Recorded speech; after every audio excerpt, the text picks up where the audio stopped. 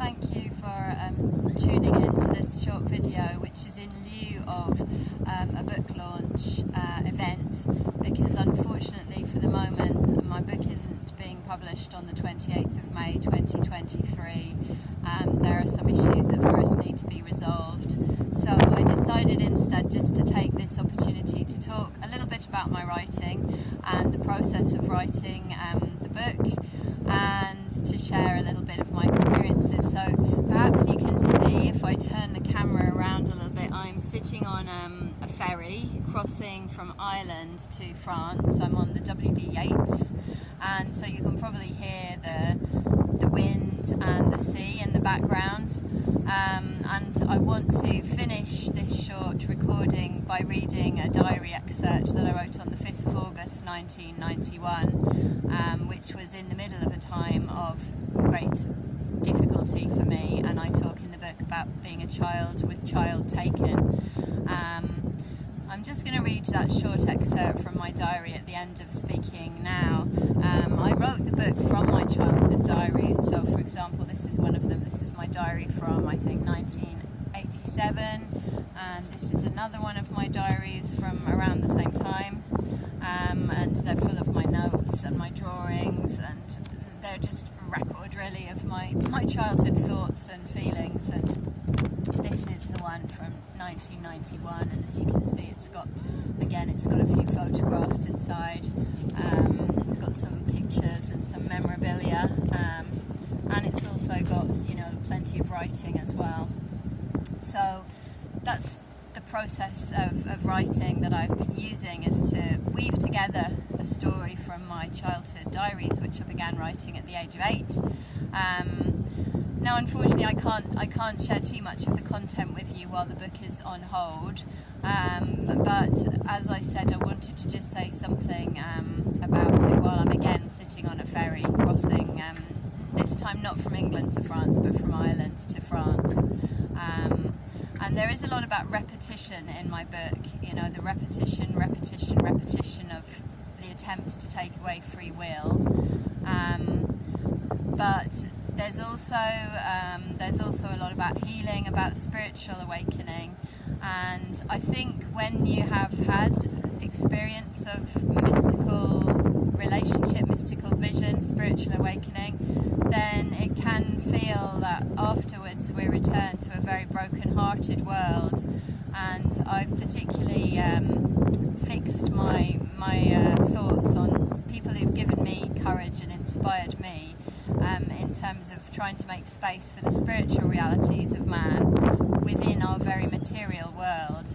And particularly Stanley Kubrick, who in his film Eyes Wide Shut, there are two reasons really that I particularly focus on that, his final film. Firstly, because he has portrayed what I refer to as the Red King, or the adversary, the hypnotist, the puppeteer, and he also has used such an intensity of symbolism in that film, and I look at how that is connected with a stage of mystical relationship, a kind of progression past trance into a very ultra-symbolic level, which we have to go past almost in order to see things from a different perspective, from a more overall viewpoint really, where maybe all those distinctions between right and wrong are kind of not so close, they're much further distance from us. But then after such amazing sharing of vision with God or with mystical intelligence, I do believe that we are returned to act in this world, and that's where our responsibilities lie, in this world of action and where we are now, and that therefore the discernment between right and wrong and good and evil is our task. And I look at what William Blake has said, not just said so beautiful in his poems, but also painted. And he, of course, kind of opposed Jerusalem, the vision of beautiful Jerusalem, with other realities, like the reality of Caesar's crown, the poisonous Roman Caesar's crown. And he took me to discover, after I wrote the book, the work of Leo Strauss, who wrote, political philosopher Leo Strauss, who wrote the essay Jerusalem and Athens. And Jerusalem and Athens opposes the vision that Isaiah has in the Bible of a world of perfect peace and a world of no war, with the sort of Socratic ideal, the philosophical ideal of creating, through human intelligence, the perfect state where there wouldn't be war, but beyond the boundaries of that political entity there could still be war, or there could be attacks from outside, whereas Isaiah's vision is much more complete. It's of a world where we're really walking in the paths of peace and there is no war. So that, I think, is such a beautiful and inspiring vision, and one that I'm going to always try to keep in mind. And then William Blake, of course, also had his vision of the tree full of angels, which I connected with the vision, very different vision, of Freud's famous Wolfman patient, who saw evil beasts in the holes. And both of those images of the tree connect with the Kabbalistic, what I've called the healing map, the Kabbalistic map of the tree of life, with the Sephirot, the emanations, pathways within our spiritual reality.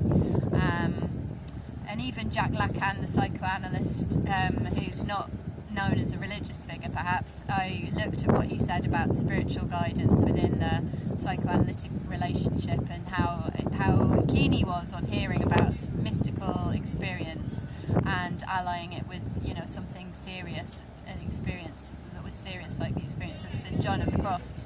So after sending the book to the publishers, after I'd finished the manuscript and I'd sent it off last year, I actually became paralysed in the left side of my body, and I had intense pain.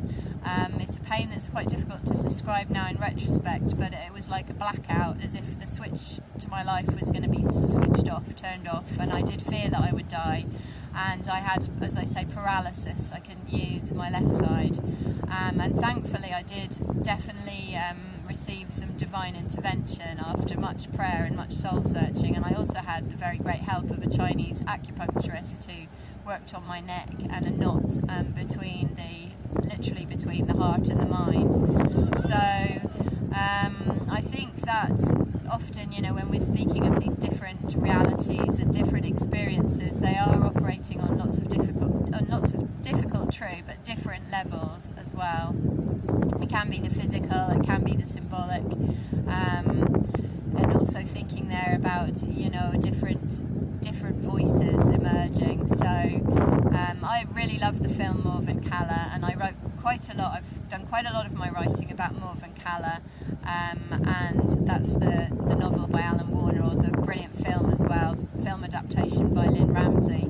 And I love the use of song in the book, and song that kind of keeps Morven going. And song to me is where I want to go, really, because I think that when we sing, it's not so much that we're the singer, we are, and we do become the song. And if my book needs to be significantly reworked at this present time, it's probably on that level as much as anything else. I believe it is ready, my story to tell, but at the same time, whilst there are these issues that need to be resolved, that gives me time to work more towards being the song rather than the singer, which I think is really the mystical trajectory. But that doesn't mean that we have lost ourselves or the details of our own struggles and of our own life. I strongly believe that form of spiritual awakening doesn't erase who we are as individuals, and it doesn't take us out of this zone of responsibility and of conflicts, which is the world that we live in. But nonetheless, within that world we can sing. And Margaret Duras, who's another beautiful person that I turn to in my writing, because she was able to speak about disregard and objectification and the trauma of where we don't have words for trauma. She speaks of whole words, motru, which there's no word for it, essentially. It's not on the list of crimes in the statute book.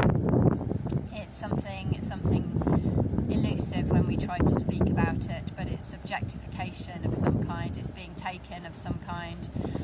And her work as well, she talks about song, particularly in the film Le Camion, where she tells the story of the child Abraham, my child, any child, the child Abraham. She also talks of the woman as singing and then being silent and singing again.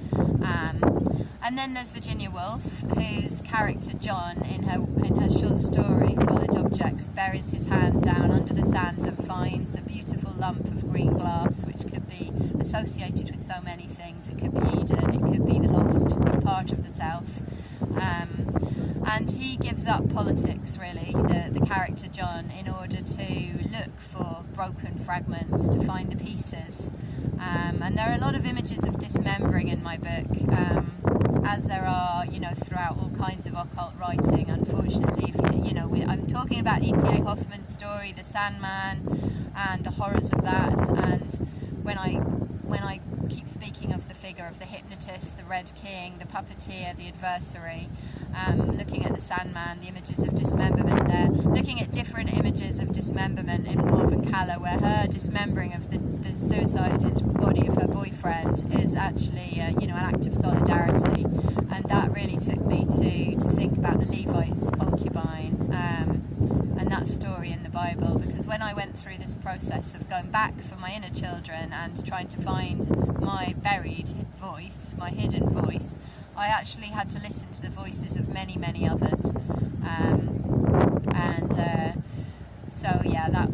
that brought me to the multiplicity of people who always appear in William Blake's paintings, and of them, the many speakers, for example, at the beginning of the beautiful Kabbalistic work, the Zohar, which, to be honest, I can barely turn the pages of it because it is pure gold to me. I spoke in some of my writing of having to wear a 5-petaled collar during the time of trauma, and then I found later on the image in the Zohar, in the first few pages of the Zohar, of the 5-petaled rose, and how important that is, and how it connects with all these echoes of Shushan, the Eastern Gate, which I believe we need to reopen. And that's what I'm talking about also when I'm speaking about the neck, and the link between heart and mind. And that was what I was shown, really, that Eastern Gate, which is so symbolic of mercy and of justice, and is currently walled up in Jerusalem, used to look out towards Shushan of Esther, Shushan of Rose Lily, Shushan perhaps even of figures like Mr. Shoshani, who I haven't mentioned in my book, but I discovered him afterwards, who have carried the tradition of Abraham's laws without necessarily writing, or without necessarily a formalised way of sharing, but nonetheless in points of reference that find their echoes and their repetitions, and will drown out these repetitions of the attempts to take away free will. So I'm going to finish just by reading a short piece of my earlier diary, if I can just find the right page here, in the dark and in the wind. Whoops, it is very windy at the moment. So let's see. And I hope then maybe later on my work, I hope that perhaps the work will be published. But there'll be a way, I'm sure, and the main thing for me is to walk in paths of peace, and towards that vision that Isaiah had of a world of perfect peace where there's no longer any war. And I have great faith in that vision. God has allowed me to see, and opening my eyes, God allowed me to see not just terrible terror, not just, as I said in one place in my writing, if God cannot close his eyes, then why should we? But not only terror, I also saw the treasuries of snow and the amazing miracles, of the snow falling in my garden when I was most desperately praying, the question why, like Job, the snow falling in very greatly oversized stars of David, with unnatural shapes really for the snow to appear. So we're on the ferry. After packing and more packing, we're finally on our way to France. Felt very excited, if a tiny bit apprehensive, when we left Portsmouth, left England. We went out on the deck then, when the ship first started moving, a whole hour after we'd parked the car on the car deck. The lights from other boats reflected in the dark, interminably black waters, so that if you squinted, it was as if an eager artist had drawn a silhouette of the boats and receding land. Seeing that this did not convey the excitement and animation, the painter had added daubed bright orange spots of paint, but the colour had run, topaz jewels falling into black ink, black waters. We passed the Warrior, empty of tourists in the dusky dark, and the sad metal hanger-like grave for the rotted carcass of the Mary Rose. As we left the sparkling lights and colour of Portsmouth, we passed the old grey walls, illuminated but ghost-like, a surreal shade of grey.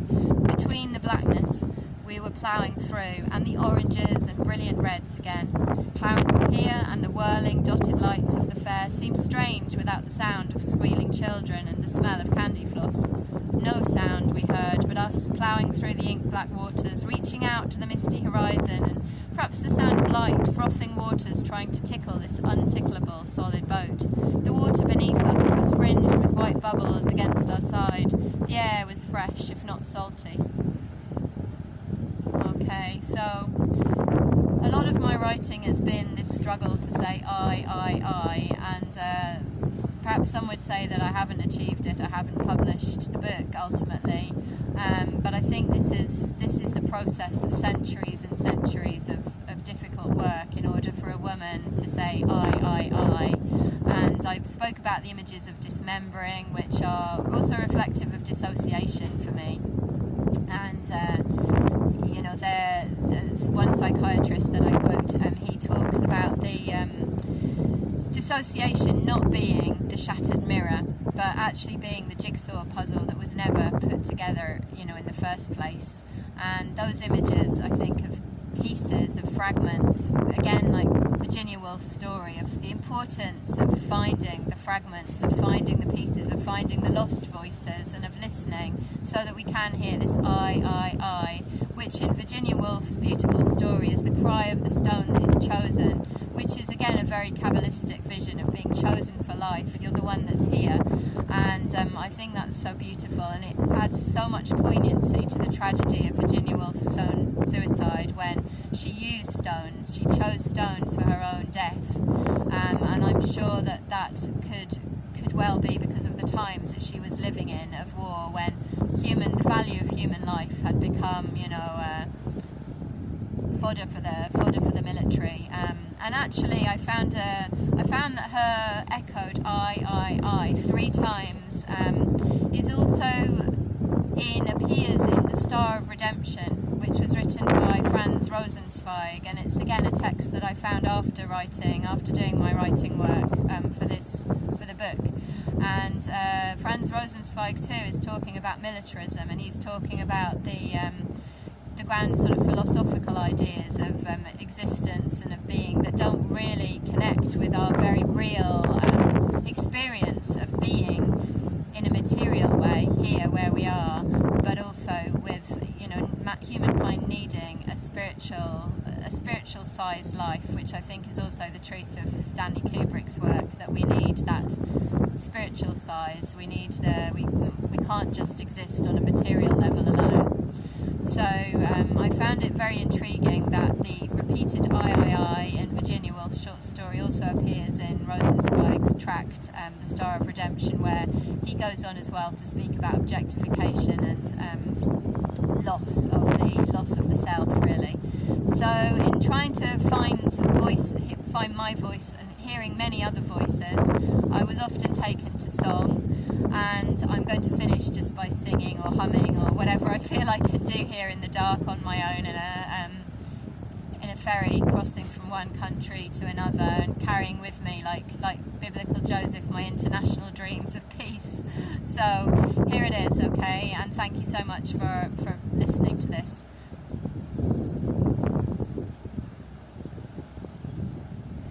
Shalom Haverim, Shalom Haverim, Shalom, Shalom, Lahitrot, Shalom, Shalom.